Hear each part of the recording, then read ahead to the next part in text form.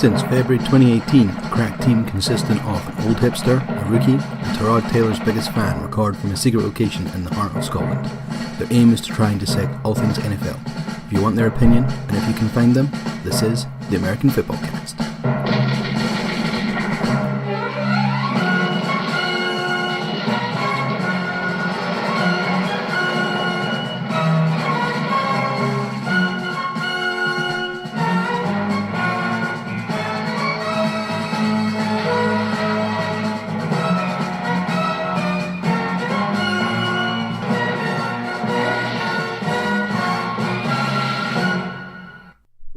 Welcome to episode 37? No, 8! So close. We did our... Well, how long has it been since we actually recorded? 6 weeks, maybe? Since we did the Jamie interview? Was that no, we recorded it. Well, we recorded two interviews two episodes that night, remember? We recorded our interview. That's what we did, yeah, and kept that in the bank, and I got all confused. And I think that was the 12th of March that we did that.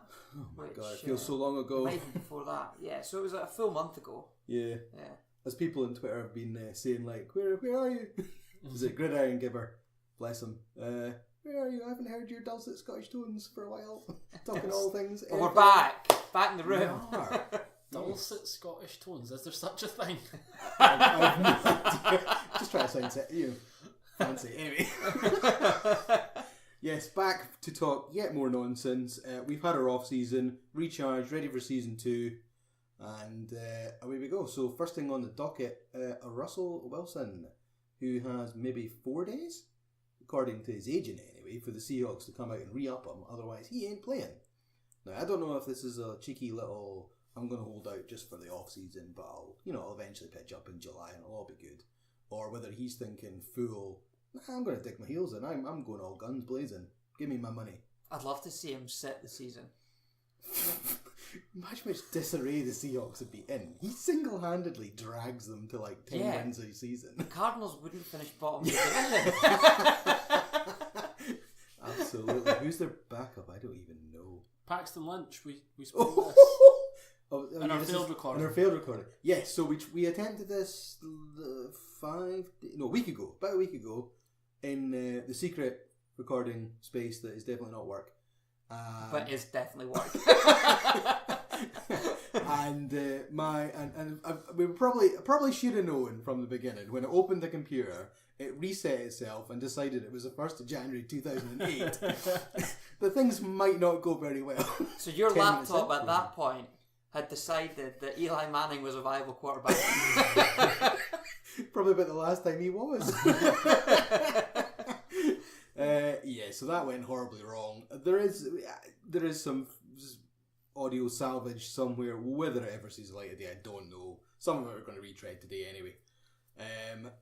So what did we talk about? Yeah, we're talking about Russell Wilson. No, that's what we talked about last week. No, we didn't talk about Russell Wilson last week. We didn't record last week, Steve. Well, yeah, and the failed one. Anyway. So will Russell Wilson, will the contract be signed? The deadline is the 15th. You were right when you said that earlier on, Andrew.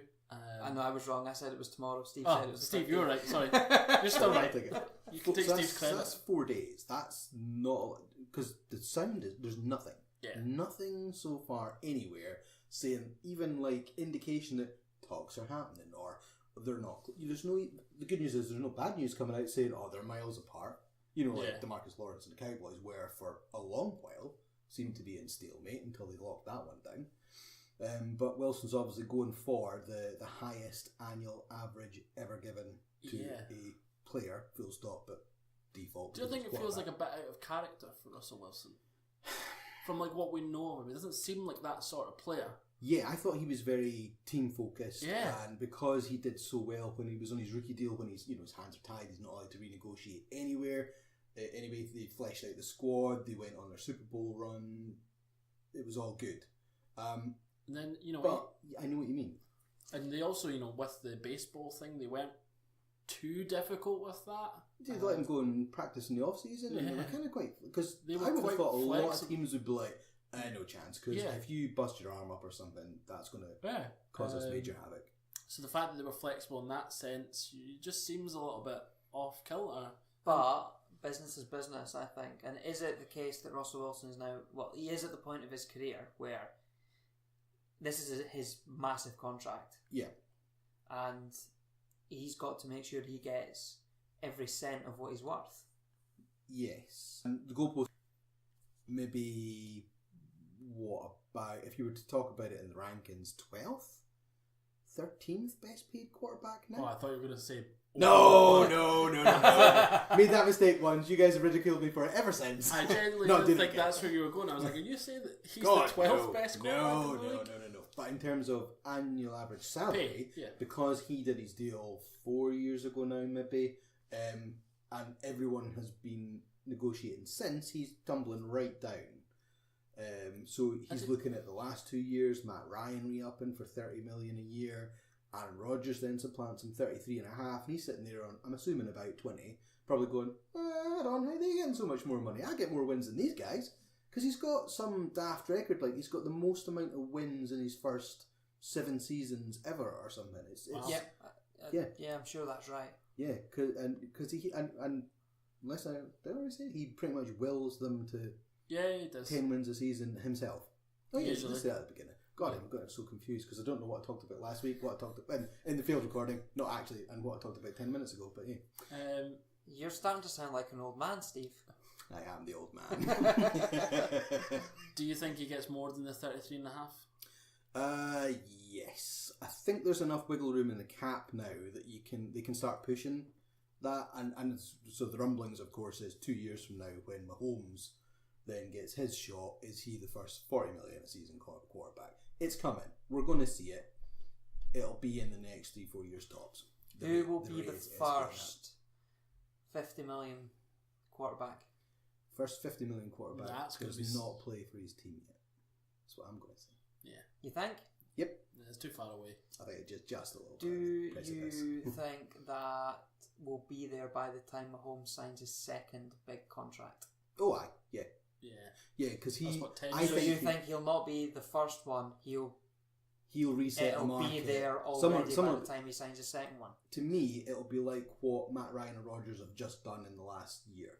You know, whoever it is will reset for... Because when we seen the Matt Ryan... We were recording. Remember we were recording and the newsflash came in and we're like, holy moly, Ryan signed like $150 million 5 year. It was nonsense numbers. 100 of it was guaranteed and we're like, what? Yeah. It just seems so far ahead of anything that ever happened before. And then Rodgers just walks up, you know, and just goes, yeah, I'm going to be that easy. Done. Just to flip back to the Seahawks for a minute. Is this poor from them that they've let themselves get into this situation? As in, do you think they should re-up them maybe last season? Yeah. Put them on 28-29 and knowing, like, you know, that's easy. Yeah. Or already have had it worked out this off-season. Yeah, that's what I mean. Like, to be in a position when in 4 days' time, he could be sitting out. As well, that's his threat. What's he sitting out at the moment? Well, nothing.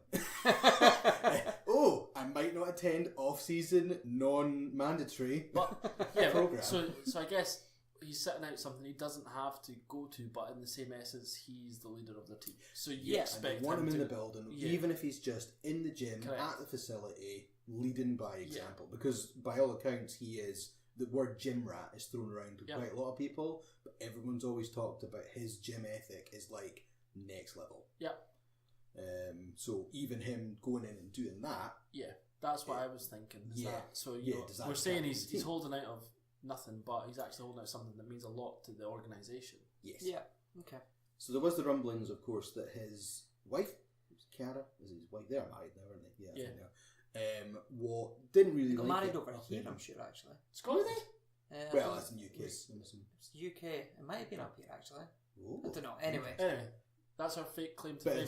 Bit of celebrity gossip news there. Yeah. Basically, we know that is as close to Hello Magazine as we'll get. Ching ching, snap, snap, snap, snap. So, what was I talking about? Oh yeah. God damn it, Steve. So the his wife doesn't like Seattle. Yes, it's too much of a small market. If you look at it on a map, it's up in the arse. Nah, that's where Jar. 9 minutes. I made it to 9 minutes. I'm getting there. Getting there. Up in the top. Angry old man. Up in the top left of the States, and there's like nothing around. Northwest, if you're, Yeah, actually using a map. Steve was just pointing there. And but there's like nothing around it. It's a couple hours flight from what feels like anywhere. However, New York media market, that was rumblings a few months ago that could the Giants does the New York rumblings just come because it's the New York Yankees that have got his baseball rights? Maybe. That would be a very easy transition if he decided at some point he wanted But also from a sensible point of view, like the fit, it's a pretty good fit as in Russell Wilson to take over from Eli Manning. Yes. So like from that point of view. So that leads on what you were saying Yes. off Mike just before we started. Yeah, so there was some chat about what would the Giants give up for Russell Wilson, and it was their first 3 picks. So pick, is it 5? 6, 6, 17, 17 and 37, 30 something. Maybe. Yeah, so Something high 30s, yeah. So their first 3 picks. For Would you Russell, give the 3 up for Russell Wilson? And I was like, with about 3 seconds, I was like, yeah, easy. I think that is one of the easiest trades ever. So if you think so Russell Wilson's a top 5 quarterback. Yeah. I think. top I guess. 3? Top 3? Ooh, really? Yeah, Right, I'm going Rodgers top is 3. there. Rodgers, Brady, Wilson. Above Mahomes? Yep, Whoa. overall, yeah. Well, okay, yeah. Mahomes has one awesome season. Yeah, I there's don't not know if give So in Mahomes 12 one months' more time... year. Yeah, he can jump. I mean, yeah, not that I'm good when it comes to ranking them. Right, Mahomes is in the 10. Okay, we'll give him that. I can easily do that. Mahomes is in the 5. But yeah, well, Has has he shown enough? You know, he had one great season, and it Breeze? was a great season. I would take. Or do you think like so Breeze, Rivers, and Roethlisberger, for example, are they just Roethlisberger's like... Nah, he's fallen. He's the wrong got- he's side of in their the career. floor. They're too near the end of So their career to be in consideration. I would Is that say- your thinking I would, on that? I would say we're going off topic here, but Just a little bit, but this is a good debate. I like it. Well, I definitely say I'd say Wilson is 3. Mahomes is probably somewhere like 6 or 7 for me. I would take just chucking darts at the top 10 here and seeing what sticks. Well, I think Drew Brees is a good shout. Yeah. And then Tyrod Taylor. Oh, I had to get him at some point. Heir apparent to Phil Rivers. Which is actually quite a good move. I like that. I think it's a good fallback option if anything does happen with Rivers. Yeah. It's good for Tyrod. He gets a solid backup job. It's really good money for the Chargers. They only paid him like $2 million. What's interesting is the Chargers are not in the quarterback market. They are still exploring their options in terms of the rookies. Well, I think what they're saying is if someone like Drew Lock's available late for them in the first round, that might be enough to persuade them. And stash him. But it depends on who's available as well. Yeah. So I think we all know the quarterbacks are going to go stupid early. Yeah, so people are going to trade up for them. Murray, Haskins, Jones are probably all going early. Is it not? It's Locke that's expected to go higher. Yeah. And it's Jones that might slip. Aye. So I can't remember that off the top of my head, but I've seen a few things. But it makes sense for the Chargers if one of these guys are available. Well, I don't know if we've been saying it. I think me and you've been talking about this for years about like, every time it gets to draft season, surely the Chargers are picking somebody up this year, and they'd never seem to do. Yeah. They just kind of. But then Rivers statistically, he had one of his best ever seasons last year. He is drinking from the same fountain of youth that Tom Brady. Yeah. The two of them are obviously being phoning each other. Tom's like, come and like and steal Peyton my Manning, stash. that wobbly duck isn't far away. Yeah, those Manning, so they're not getting any of this. Whatever it is. So back to what we were actually talking about. Yes, so the first 3 picks for Russell Wilson. You would do it, Steve, Andrew? Yeah, no brainer. No brainer? I would do it as well. And you'd love the fact he was at your division, so that's a double. Oh, yeah. I would hate it. Because he goes at yours. Oh, stinky. Yeah, especially this season. It's fine, he's got no one to throw to anymore if he goes there. He's going to want to throw in Seattle anyway, so it doesn't make any difference to him. Yeah. Although, actually, that's quite funny as well because Doug Baldwin gets a really hard rep. I think he had a down year last year though. Yeah, I think it was more, if you were to take his body work in general though over the last couple of seasons, he's underrated. He's okay. Yeah, he's a little bit underrated. But the Giants did pick up Golden Tate, who's maybe someone that they could get something out of. Still, Shepard's okay. They just re-upped him as well. He signed a 4-year deal yesterday. Yeah, and Saquon's obviously Saquon, so that's pretty good. So for me, and Russell Wilson's already used to having a crappy offensive line, so there's no biggie on that. So actually, and another. Well, actually, I think Seattle was pretty sneaky good last year. They did improve last year. Yeah, but before you're right. Yeah. His first 6-7 years, he was just running about like that. He's a tosh in front of him. Yeah, just like random people. Yeah, just guys off the street. Yeah, right here, check this on. You're a big guy. Yeah. Just try and stop him from coming through. Yeah, that guy. That's all you need to do. Yeah. And the other obvious one about Russell Wilson they were talking about was the Raiders, who could also give up 1, 2, 3 in terms of picks. Yeah. Now, to me, doesn't seem the same. Now you're getting slightly better picks from the Raiders. Okay, the value is not hugely different. It's obvious for the Giants to pull that trade because they've got Manning, who's done. He's at the end of his career. Carr's not. And a lot of this rumblings for the last few months about what are the Raiders doing, the jettison all the people. Poor Carr seems to be on the chopping block as well. And I thought one of the harshest things I've seen was when they signed Antonio Brown and took him round to his front door. Did you see that? No. There was a video on Twitter of Brown knocking on Carr's door and Carr opens. It's like, hey, man, you whitey, or whatever it is. I just watched it in silence. I don't know what they said to each other, but I thought, see if you then go and get rid of Carr in the next month. Here, I've got you some new toys. And I've taken them away. Actually, we've got Russell Wilson some new toys. Hey! Psych! Sorry, we went to the wrong door. He's made it next door. Yeah, the one thing I did hear as well about the Carr Brown thing is that they've been doing private workouts together before camps. So those two have been practicing together. Good. So that's good. Yeah, that suggests because Carr's not.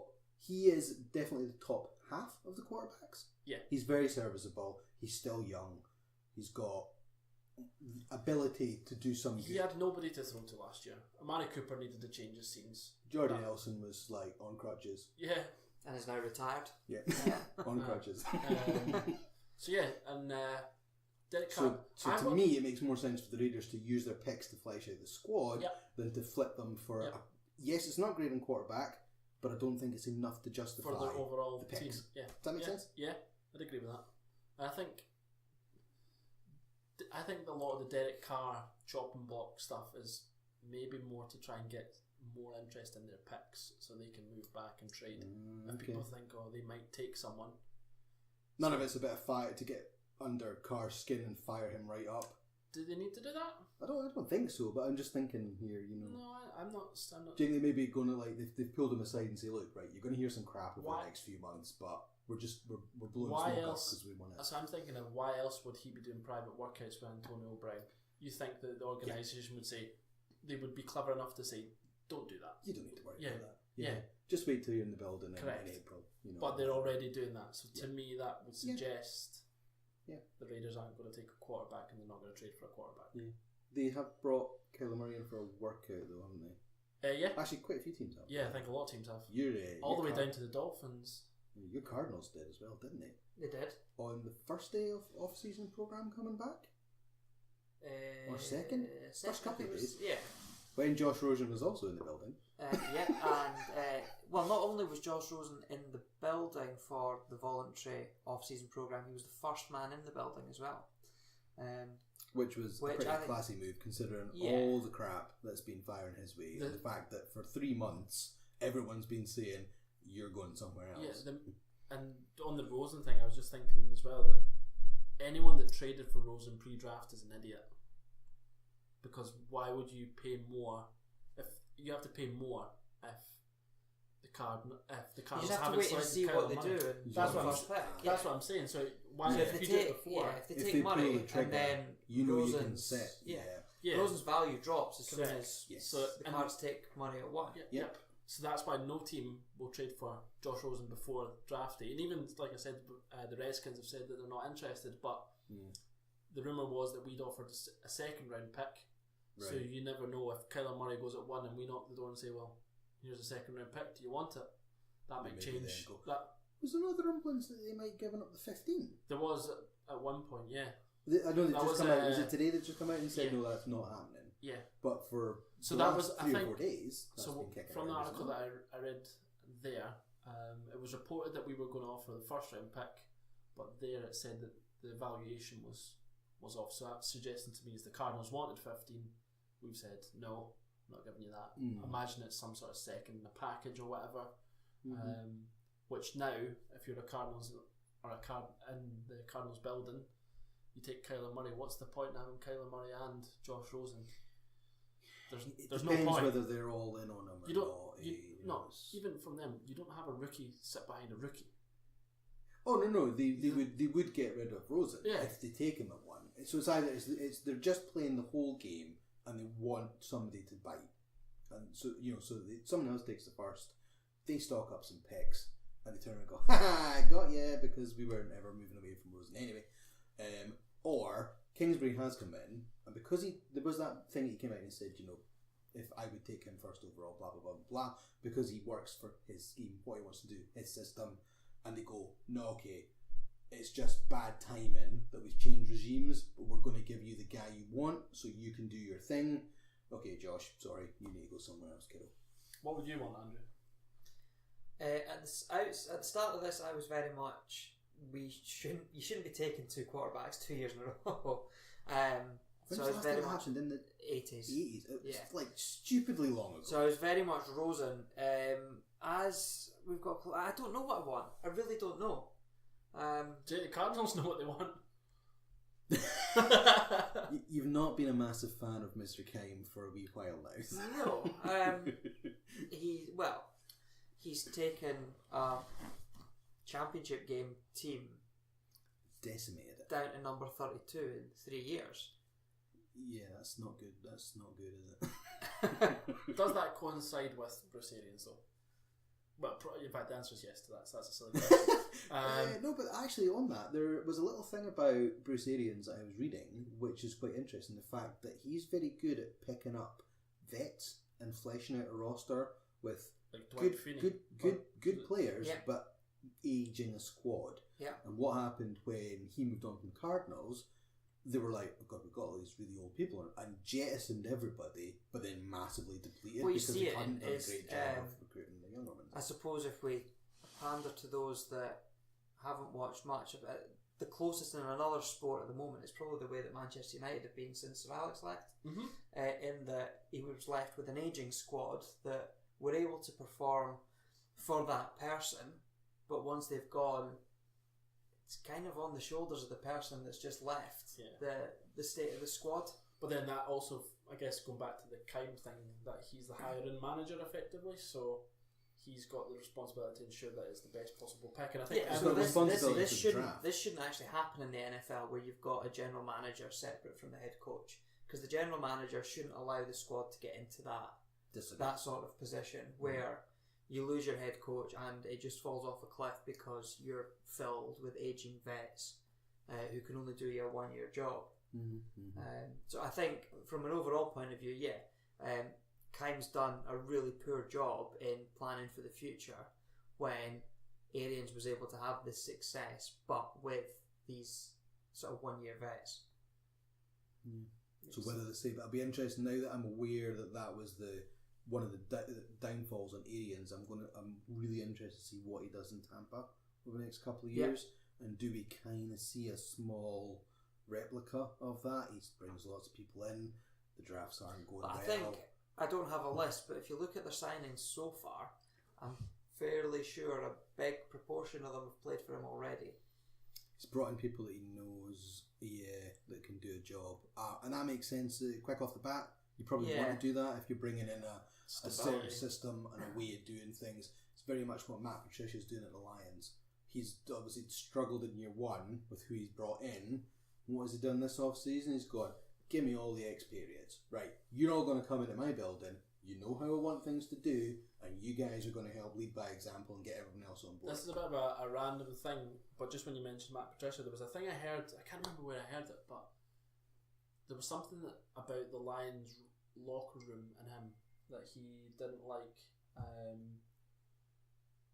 because the Lions locker room didn't like him because when they were playing in domes, so they still practiced outside in the snow. It was inside the huddle, was it not? Yeah, that's it. That's right. As soon as you said it, I was like, I heard this too. And when I heard that, so they've obviously got an indoor complex as well. Yep. It doesn't make sense. It doesn't make sense. You're putting your players under... But he was trying to toughen them up or something. Was that the sort of what people thought? Because that's how they would have done it in New England. But then when you look at the record, and it wasn't the worst record, but I'm just thinking of, are you making people, like, their physical condition worse than it has to be going into a game? Bingo. Yep. That was my thinking on that. I know that's not really what we're talking about, but I just when I heard that, I thought, actually, that's a good point. We've done a lot of talking about not really what we're meant to be talking about.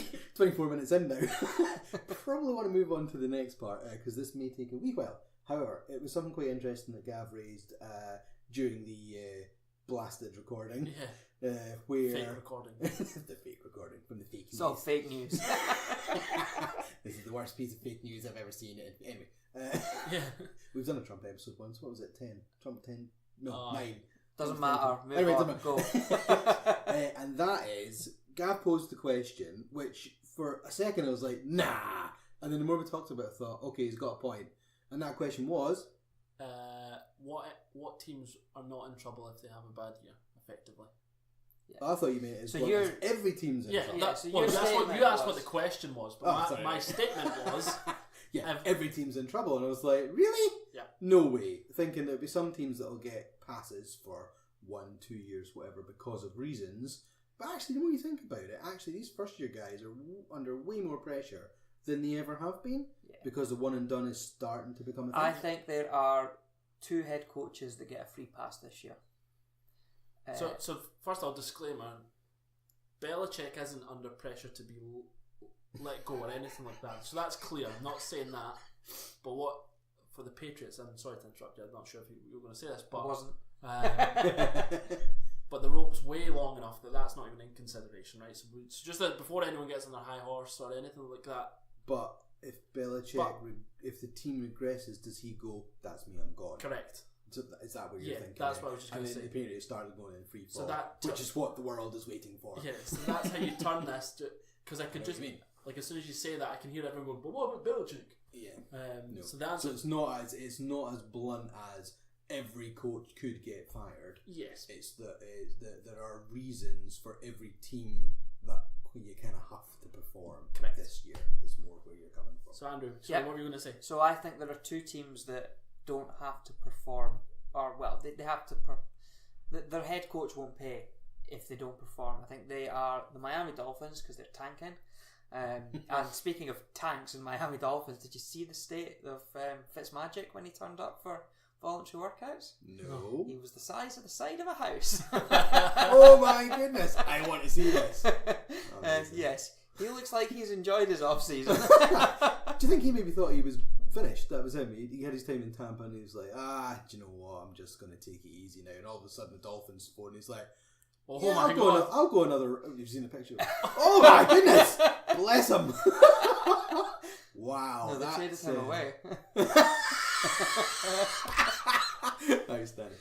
What was it? Did you say bless him? That was what Landry said. Jarvis Landry on Hard Knocks last year. Yeah. My goodness. Yeah. That's funny. So yes, I think that they are a total strip the roster back, start again. Yep. They're going for pick number 1 next year, so that they can get whoever in next whoever the quarterback will be. Yeah. So Dolphins, Flores isn't under any pressure, and the other team is Tampa because I think their roster isn't such a mess as well. I'm with you on that. Arians is going to get tight. I think Arians is going to get 3 seasons, no questions asked, if he chooses to. Yeah. I think he also could decide at the end of year 2 whether it's because it was health rumblings that kind of he decided he was finished in Arizona. He was like, man, I can't do this anymore.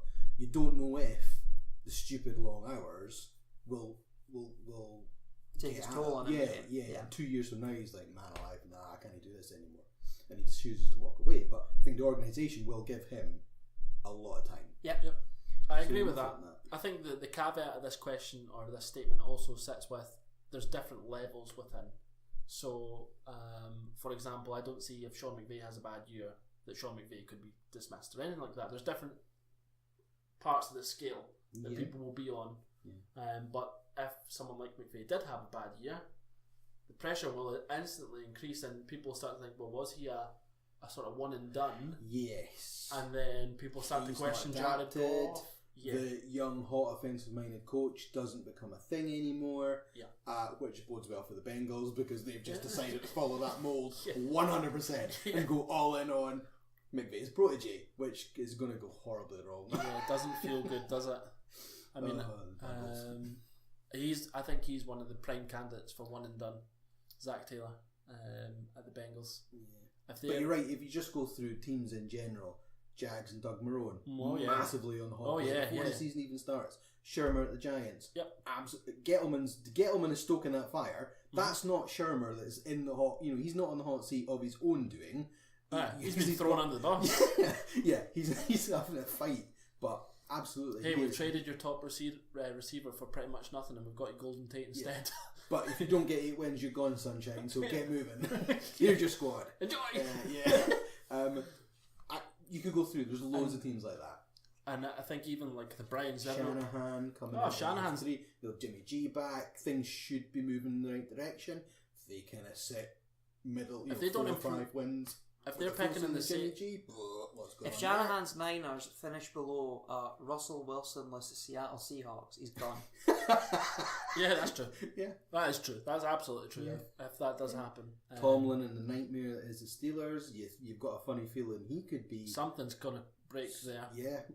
Whether the Rooney's pulled the trigger, there's so many. You could go through every single team and you could go, they need to get X number of wins for them to even think about being safe. Because it's not even just about. Owners and GMs could get twitchy if they've got a star player and for example, I'm thinking like say for example Sam Darnold and Le'Veon Bell. Adam Gase could easily be a one and done if they don't get the best out of Sam Darnold and Le'Veon Bell. But also, who's his defensive coordinator?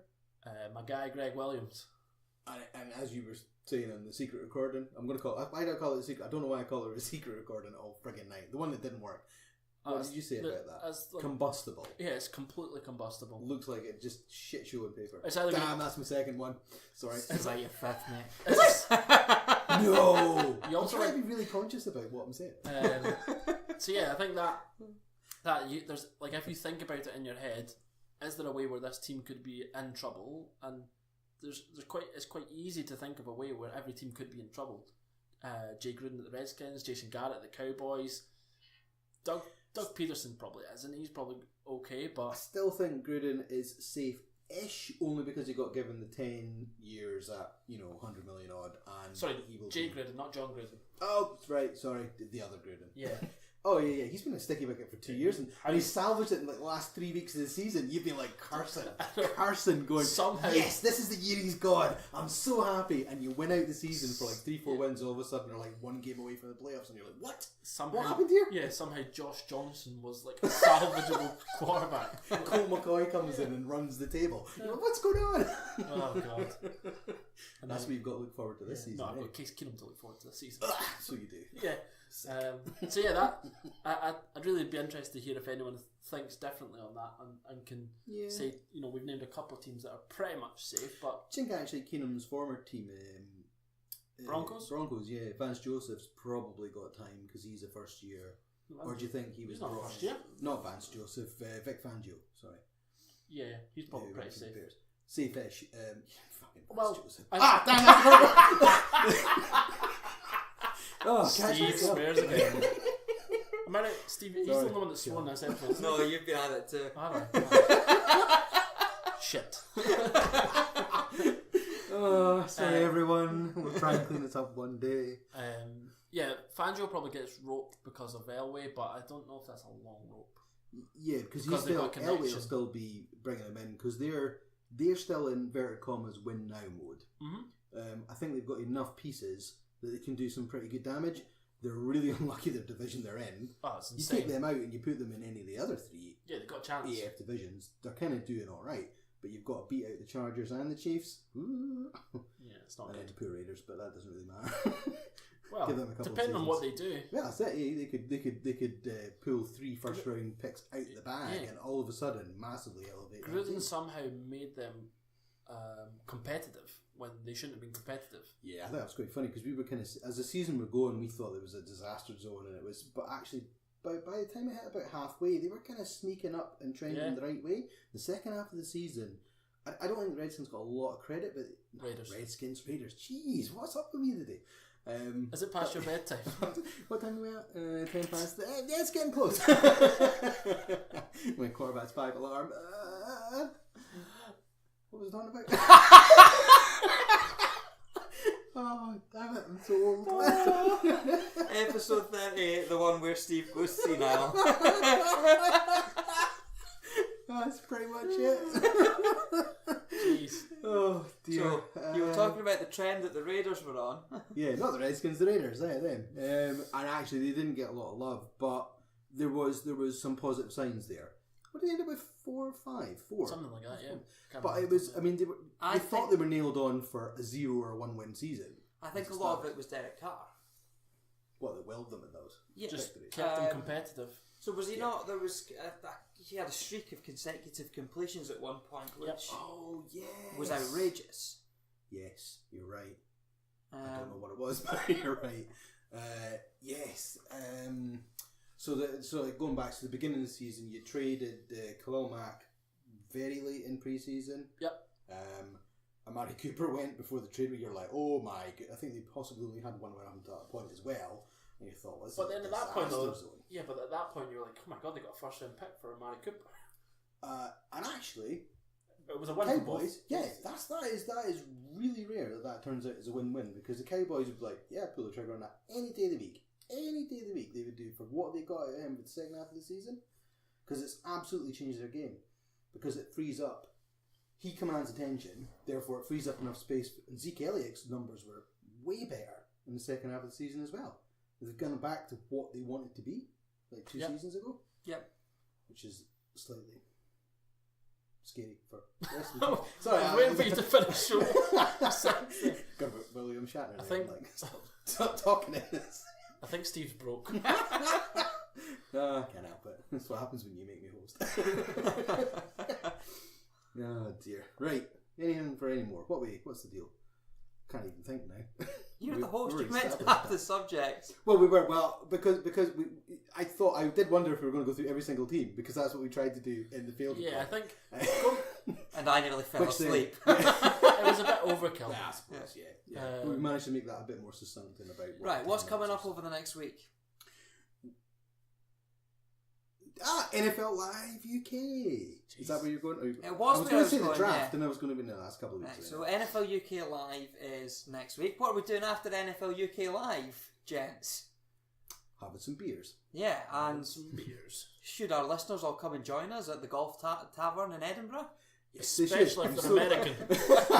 I'm so glad you remembered where it was, because I was sitting there going, I don't remember the name of where it is. Yeah, so after NFL UK's live event at the Edinburgh International Conference Centre on, by the time it'll be this coming Thursday, the 18th of April. So yeah, after that event, we are hosting an after party along with NFL Scotland and Full 10 Yards. Yep. 2 other podcasts that you should check out after listening to us.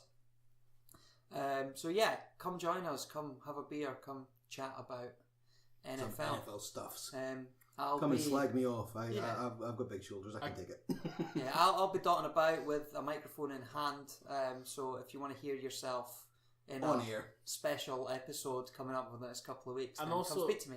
I'm also super looking forward to people being confused about Steve wearing a Texans jumper with a Browns t-shirt and a Dolphins hat. It could happen.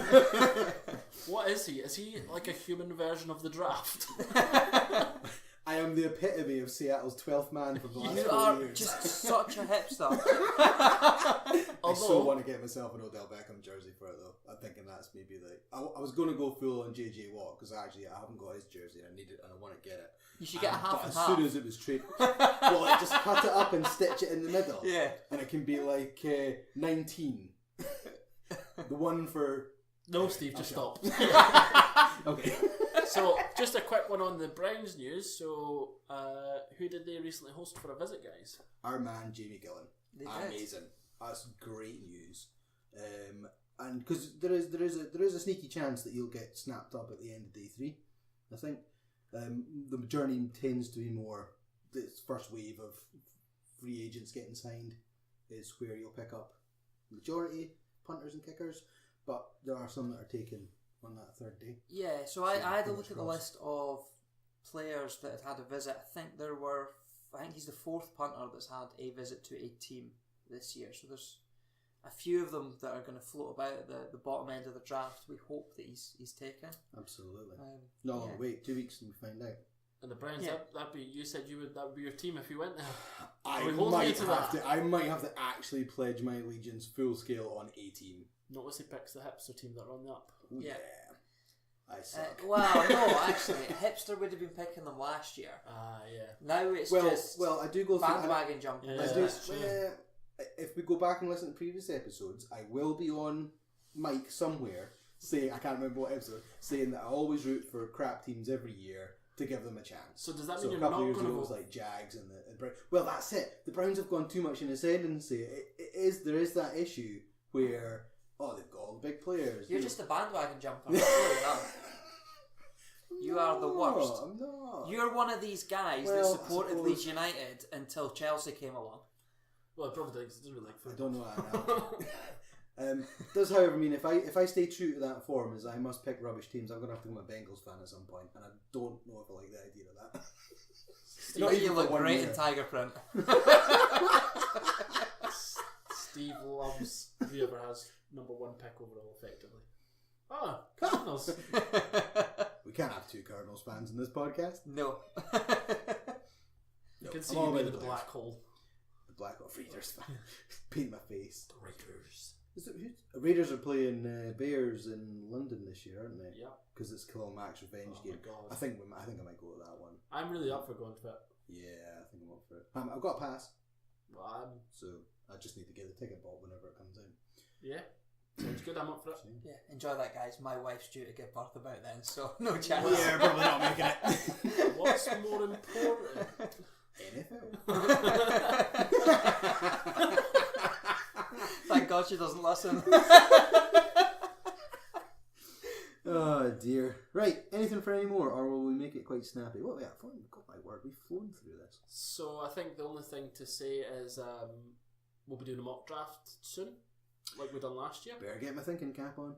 So the 3 amigos will be bringing our annual mock draft now. Yep. So that'll be interesting to see. So that's our next couple of episodes we're going to have a mock draft, and we'll have little bits and pieces from our NFL UK live after party, and we really hope to see you there for that one. Yeah, well, I'm looking forward to that. That's going to be amazing. The lineup we've got this year is brutally amazing compared to. Can you remind me of who the 4 guys on the panel? Oh, I've got to think of it. Right, Michael Irvin. Yeah. Cliff Averill. Yeah. Kurt Warner. Yeah. And Willie McGuinness. That's it. Oh, it was sitting there. But that's excellent lineup. All Super Bowl winners. What is it? 8 rings between them. They all pretty much. I don't know about Averill actually, but the other 3 are like regulars on NFL Network. The live shows on the Sundays. They're in there. They live it and breathe it. They know everything about everything. And it was even Neil Reynolds turned around and said, "I'm just going to introduce them, and I'm going to take a seat on the front and just let them go." Even he's looking forward to it. It's amazing. Can't wait. Roll on next Thursday. Is it next Thursday? Yes. It is next Thursday, yeah. It's the 11th already. It is indeed. So big shout out to everyone. Yeah, why not? That's that brain of mine. Who are you going to give a shout out to, Steve? I want to say Ice the Kicker, but then I doubted myself I got that right. You got that right, yeah. Well done. Who did the Jamie Gillan episode? Get your words out, House Wrath. Come on. In the bin. In the bin. Just put me in the bin. You're done. Not even recyclable. Just in to the tip. Oh dear. Where was it? I didn't know where I was going with that. Wonderful. Anyway. So this has been the 38th episode of the American Fitbaw Cast. Thank you very much for listening, if you still are, after Steve's ravels. He's now broken down into a giggling fit. You can find us at the AFcast on Twitter or search the American Fitbaw Cast on Facebook. And if, well, you're listening to us, so I don't need to tell you what to listen to us. I've done Steve. Steve.